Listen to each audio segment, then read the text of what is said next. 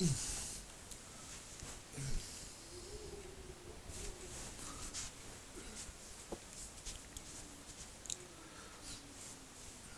course, I've had another letter to the Advocate, which they won't print. They don't ever print. They don't print. They don't like to print, but I know they pass them on. I know someone reads them, because I don't just send them to the email, to the Advocate. We've got Malcolm Roberts, Bob Catter, Lee Hanson, Pauline Hanson, Canberra News, the news for the Parliament, Governor General, Anita Dow, local members, and the council, a couple of mates. I chuck them around the place a bit. Why? I know someone somewhere's going to read it. Not that I need to be heard, but I need to be heard. Or more to the point, they need to be told. Why do they need to be told? Just because they need to be told.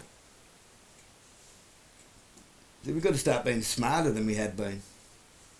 We've just been reactive, reactionary, reactive all the time. We're behind the eight ball. We're reacting to things after it's happened, which has only given them consent to do the next thing. Which brings me to my letter. An honestly difficult conversation has brought itself to the table, and we can't fix it with a hammer. Let's talk about social engineering and manufacturing public consent. Firstly, what is social engineering? It is a political strategy to manufacture public consent for a specific outcome or end state. Hegel's dialectics. Let's say they want to replace and privatise police services with AI and digital currency. Well, a few simple steps in a long game strategy is all that is required. First, lower the recruiting standards of the academy to accept a lower standard of education, which I think we can all agree is less than impressive, and reward grandiosity disguised as stoicism, transforming a service into an enforcement agency of mentally, psychologically and emotionally immature constabulary. This creates social friction, which I think we can all agree there's plenty of. Then, justification.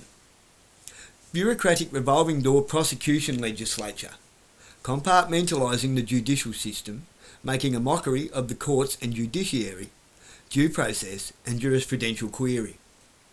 So now we have established the finger wagging in all the wrong directions. We love a good, thanks Topher Field, we love a good finger wagging. Yeah, we do. We also love to lop the heads off tall poppies. That tall poppy syndrome. Oh, geez, we can't have this person getting up. Why? Well, you know, it might change the way people think a bit.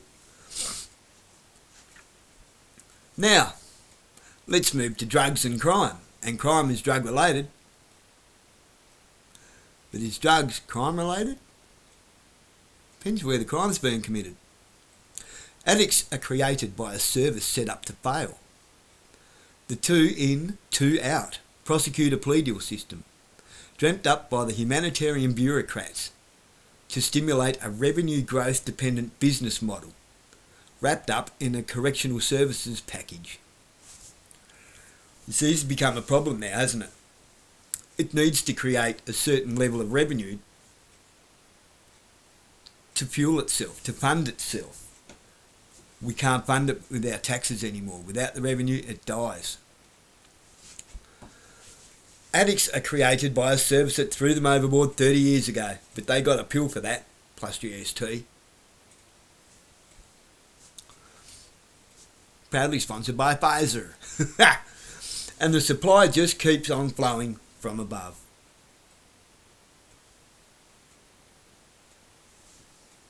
Oh, I see. You mean diplomatic immunity? How do you think it gets into the country, Dopey? Immigration, or as I call it, importer gronk. The latest stockyard being Canaan. The nation-state of Israel, yeah, I've gone there, created by the League of Nations, rebranded as the United Nations. Hungry kids change everything. RFID, anyone? You see how that's taken you through the steps from a police service with an honourable, respected constabulary to an enforcement agency that everyone's got a problem with, but for some reason they're pointing the fingers everywhere else. Bloody drug addicts, junkies, the magistrates in the courts, each other, bad parents, the education system. The whole lot of it has been manipulated by a bureaucratic legislature. You can't blame the police, they're dopey. It's not their fault they're dopey.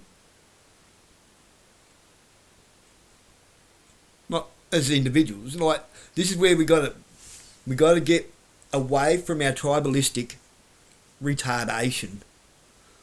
Retarded meaning the opposite to advanced, okay? That's all that means. Any mechanic will get that. Any Spanish spinning grease monkey can figure that one out. Now,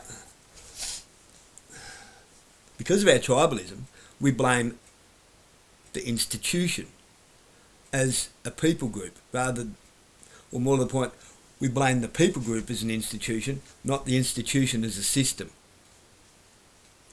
The people have become institutionalised because that's the way the system has created it.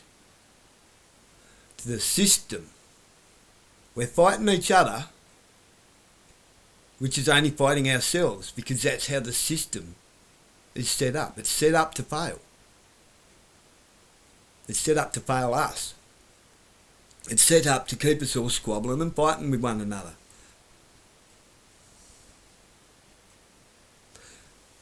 Tower of Babel, anyone?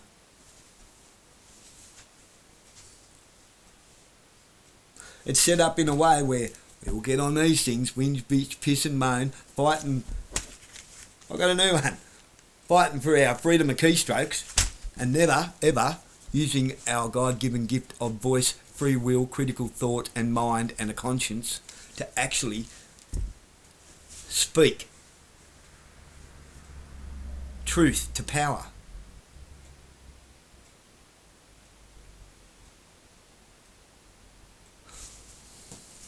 You see, before you all get on, oh, he's an anti-Semite. No, I'm not. No, I'm not. He's racist. No, I'm not. Far from it. Not once is Israel mentioned in there as a nation state. Israel is one of the sons of Jacob. It's a person. A grandson of Abraham from Canaan. He's a Canaanite. But it was taken from the Canaanians, almost said Canadians, didn't I? It was taken from the Canaanites by the United Nations after World War II and given to the tribes of Ishmael.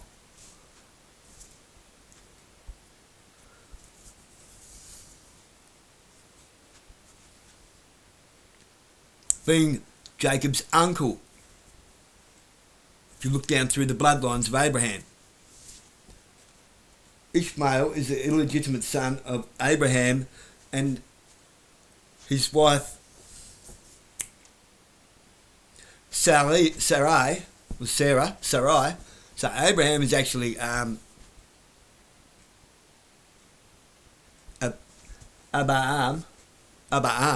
There's no R in Abraham, it's just Abraham. And Sarah is his wife, and their Egyptian handmaid was Hagar. Sarah couldn't bear children, so she gave Abraham, which was common in those days. I know, it sounds a bit weird, but it was consensual, okay? Sarah gave Hagar to Abraham to bear a son.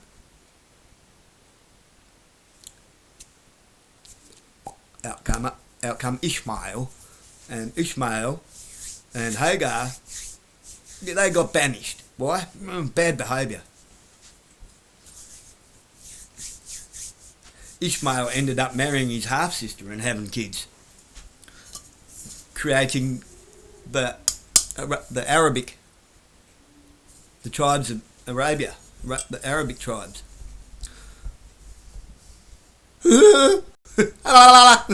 Okay, maybe that was a bit racist. Satire, okay, I don't mean it. It's intent. It's the intent that's racist. Hey, I'm a short-ass little Welsh plug. What does that matter? Welsh miners syndrome. Oh, I think I was born with a light in my forehead and they took it off. I've got a pet canary.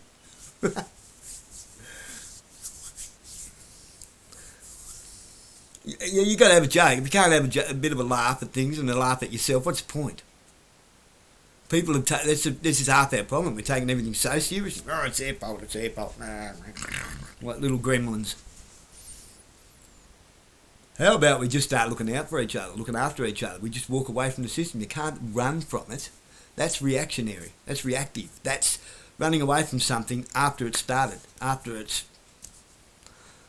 It's like trying to run from a bullet. It's going to catch you. You can't do that. It just doesn't work.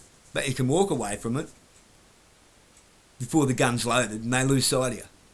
You can walk away from it before the argument starts. Prevention is better than the cure. You see, every time you go... Sorry, everyone that thinks that they're right. Mark and Sam after work, love your work. But on this, that's the same thing as everyone saying, no, you've got to keep protesting it. I'm starting to wonder if you're actually controlled opposition in some way. You know, if you keep two sides fighting with each other, they're all blaming each other. They're still finger wagging, aren't they? There's still people finger wagging people and not looking at the system itself and going, hang on, what are we fighting over? At the end of the day, what are our basic instinctual needs? Food, shelter, clothing, comfort, love. What do you got without those? Not much.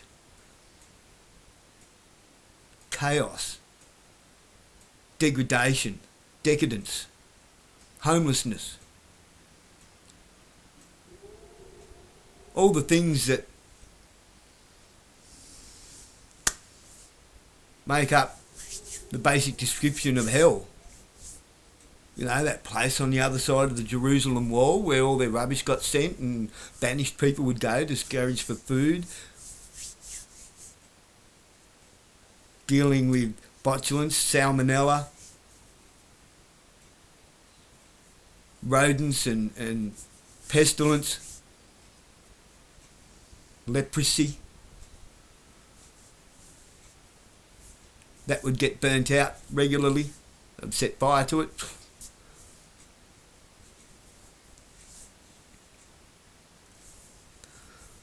We can have heaven on earth, or we can have hell.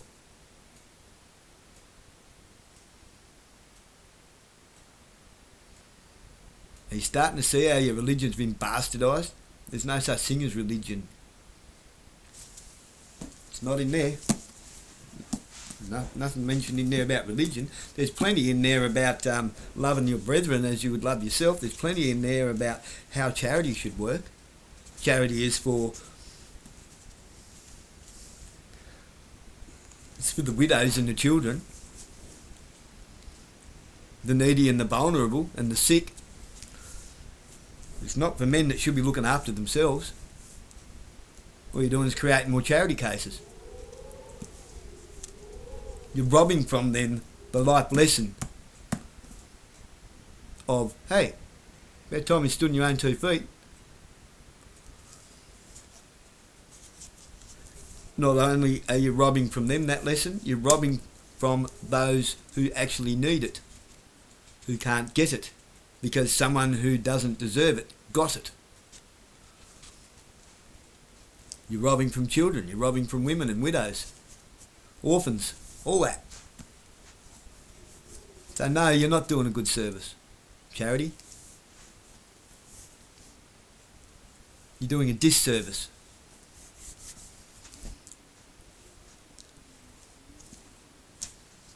There is no nation state of Israel, it's a person. Right. Does that mean that I'm a blasphemer?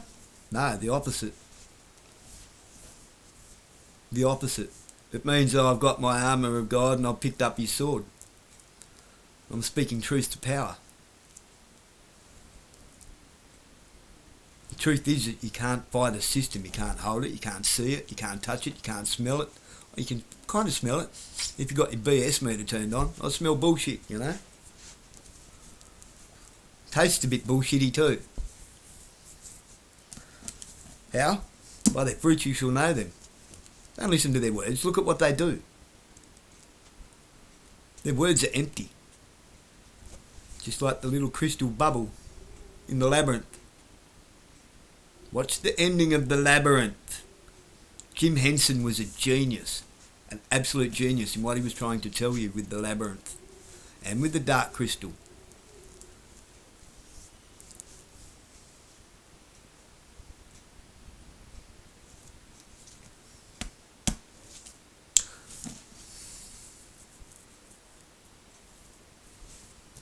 I would say that the dark crystal is the Old Testament and the labyrinth is the New Testament, or the Third Testament. I think we're writing the Third Testament now, aren't we?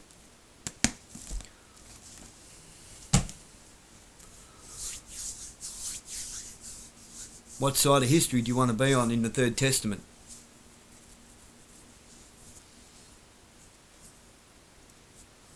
I mean, we're in the middle of a great reset. What happens after the reset? A New Testament.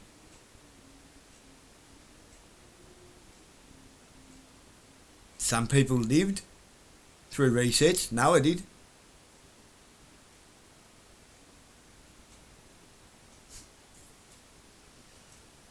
There's all kinds of resets. There's global reset of everything, which takes us from testament to testament, and then there's our man-made resets. World War One, World War Two. What buried Göbekli Tepe? Göbekli Tepe, whatever it's called. What buried Tartaria? In the mud floods.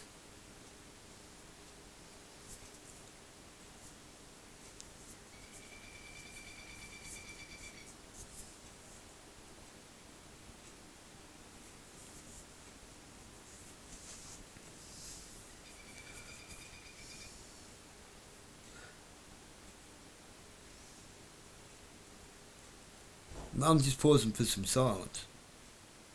Clarity.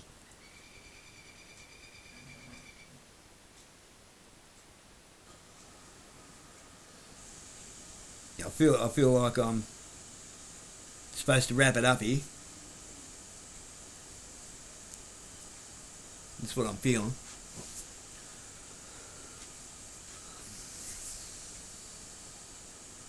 Build your church. Stop going to church and build one. Stop going to a building for church and build. Stop going to a wooden building or a concrete building. Peter was the rock. Not a slab of concrete. Peter was the rock to build the church upon.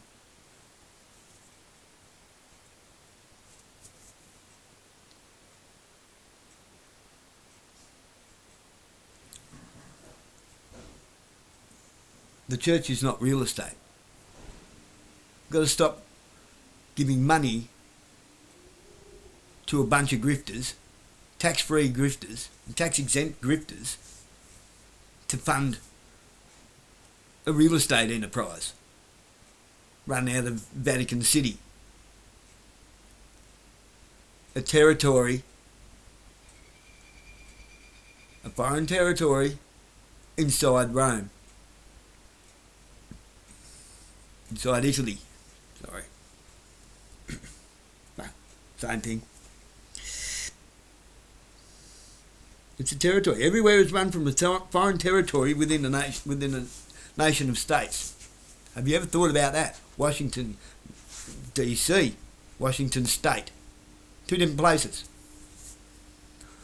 Canberra, a territory in a nation of states. Northern Territory, a territory in a nation of states with different laws, different rules, exemptions.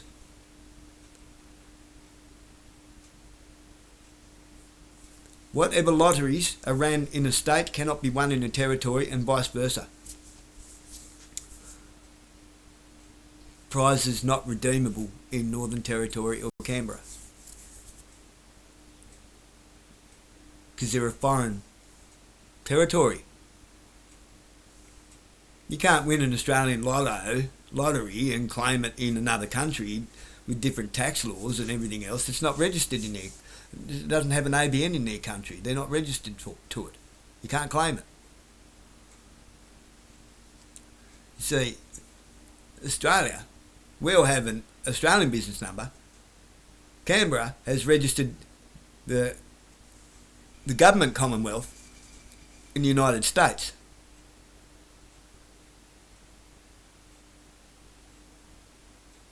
They have an American business number.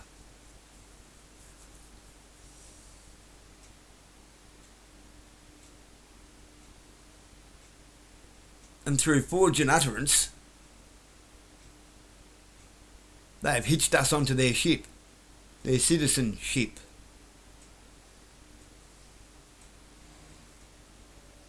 Yeah, it's a little bit tinfoil hatty. I've gone from biblical to tinfoil hat, haven't I? But no, I haven't at all. I've gone into historical literature, historical geopolitics, historical skullduggery, if anything. Why do you think that we're not getting any traction using the Commonwealth Constitution? Because it doesn't apply to a territory. It applies to us.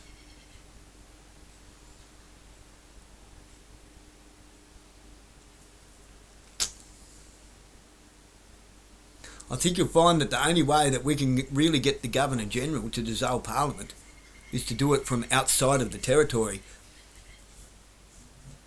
and to dissolve Canberra. Just like our plea deals are done outside of a courtroom, in a conference room, a private conference room. It's a private agreement.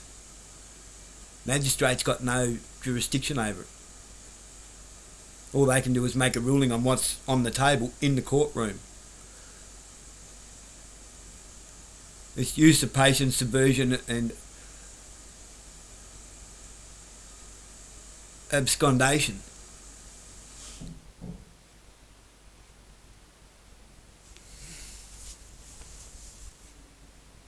They've absconded with the law.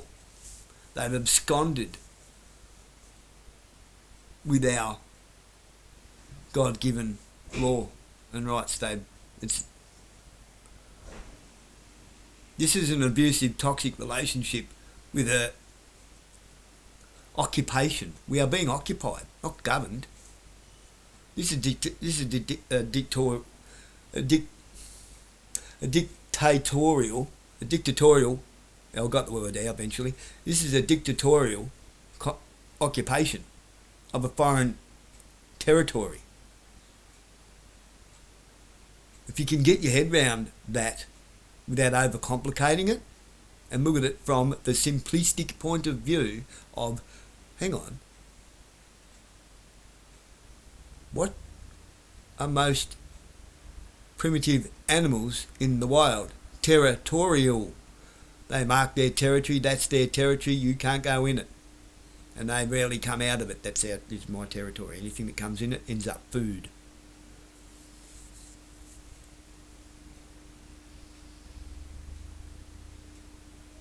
We're a nation of states occupied by 2 territories. What's in those territories? We have government in one, we have Pine Gap and Chinese ports in the other one. Northern Territory. Pine Gap is an American data spy base. It's a data collection agency. Been around for a long, long time. Since the 70s, early 70s. Even the 60s, I would say.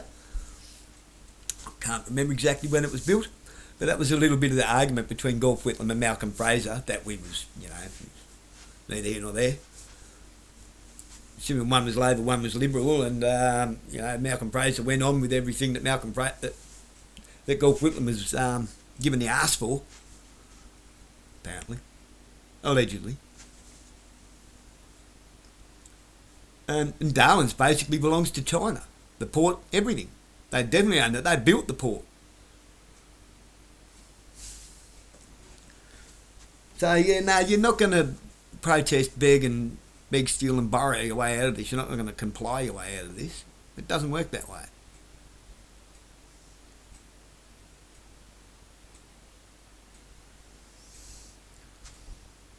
Lawful rebellion under civil disobedience. The peaceful protest of strike. Simple as that. Strike action. We unionise as a people. Rather than a corporate strike action, a people strike action. We just don't want to play it anymore. We don't want to play it. If you don't pick the dice up and roll it, well, you've walked out of the game. You've ruined the game on them. You just don't pick the dice up and roll it. Just stop playing. Walk away. But we've got to do it en masse. We can't just, a few of us here and there have examples made out of us because we're willing to be martyrs.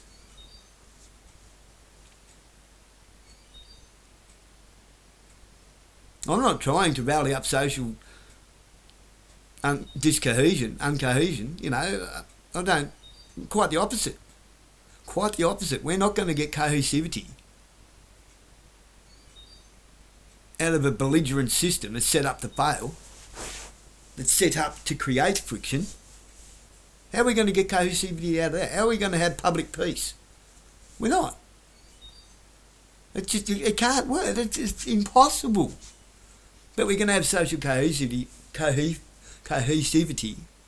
and public peace if, as a society and the general public, we just create it for ourselves.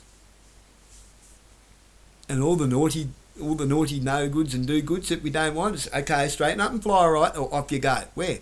Over there with those people that want to play that game. Where? Go to Canberra.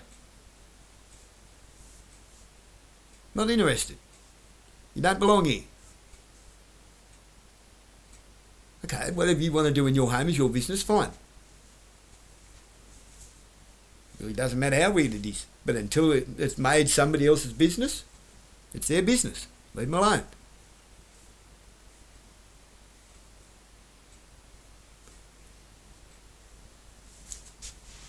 This whole dual citizenry bullshit, piss it off. You're either a member of the Commonwealth or you're not. Get rid of this whole citizen bullshit. You can't be sovereign and a citizen at the same time. This is how we've been duped into it with birth certification. Certification of citizenry. That's all that is. Certification of citizenry. You want to be a citizen or do you want to be sovereign? To be sovereign means that you are abiding by common law, God's law, universal law, the law that applies to everyone, that writes itself. That writes itself. You don't need to have it enforced, it enforces itself. Those who don't want to toe the line, sorry, can't live here anymore. Well, where do I go? Don't know, not here. That's natural selection. It sorts itself out. I'll give you a prime example. A prime number, prime example. The Amish communities don't have these problems, do they? Have you ever seen a more peaceful, happy bunch of people? Ever? They have what we take for granted, contentment. They are content with their life, which means the happy moments are way up there. And they appreciate it. And the low moments, well, they're not so far to go. But from happy to low, so we're always chasing happiness. It's an extreme emotion. You cannot have happiness all the time. Otherwise that ruins contentment. And then when you have to go through a hard time, that's a long way to fall. And that creates resentment, depression, anxiety, post-traumatic stress disorders. You see, another issue that we have Who do you know that started a war? Do you know anyone that's ever started a war, that sent anyone to war? Anyone that wanted a war? No. There's no such thing as a war. It's a reset. They're all resets. They're all resets. You've got politicians and senators and independents all going to one building in a foreign territory to organise how they're going to do shit with their little kabuki theatre arguments. As the letter that I wrote to the Advocate wrote explains on how they manufacture consent through social engineering. And you think they're fighting for you. Oh yeah, look at Pauline Hanson's fighting for us. No, she's not. She's fighting for the ideology that's been created for you to want. You don't want that. You only think you want that because it's a band-aid to fix a problem that you didn't create or ask for. It's reactive.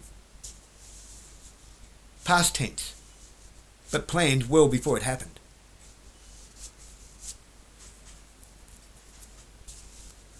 And what do they all do? Well, they have their, their delegates and signatories and appointed officials to go to where? World Economic Forum, Bilderberg Group, World Health Organisation, UNIDROIT, Environmental Protection Agency, United Nations. And what is United Nations really? It's just a big club and you ain't in it. A big club of what? Freemasonry. Run out of the Vatican. What's UNIDROIT? Look up UNIDROIT.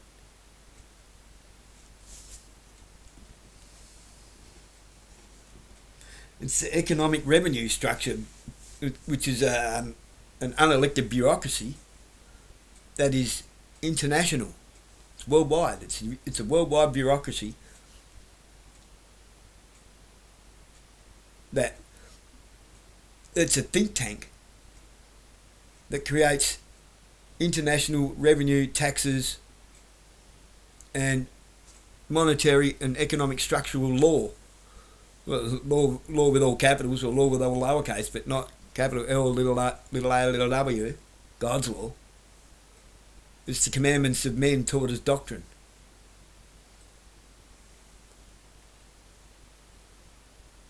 Little green triangles manipulating us with little green rectangles. That's all it is.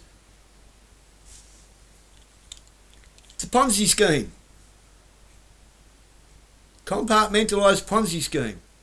What do you think each brick of a pyramid represents? Each stone of a pyramid represents? It's just another compartment. It's compartments full of compartments. It is the building stones for which a demonic enterprise is built. It's the plan. A pyramid is the plan. If you can decode the pyramids, you've decoded how everything works.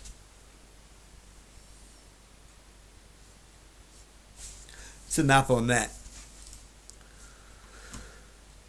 I don't want to lose you. I probably already have.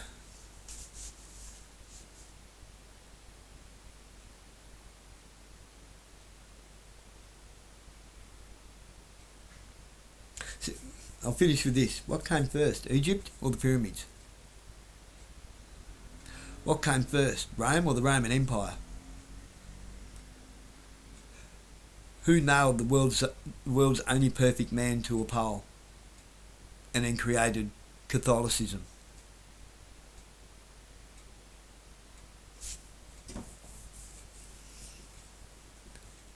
Why is there still a thing called the Club of Rome, which has many identities,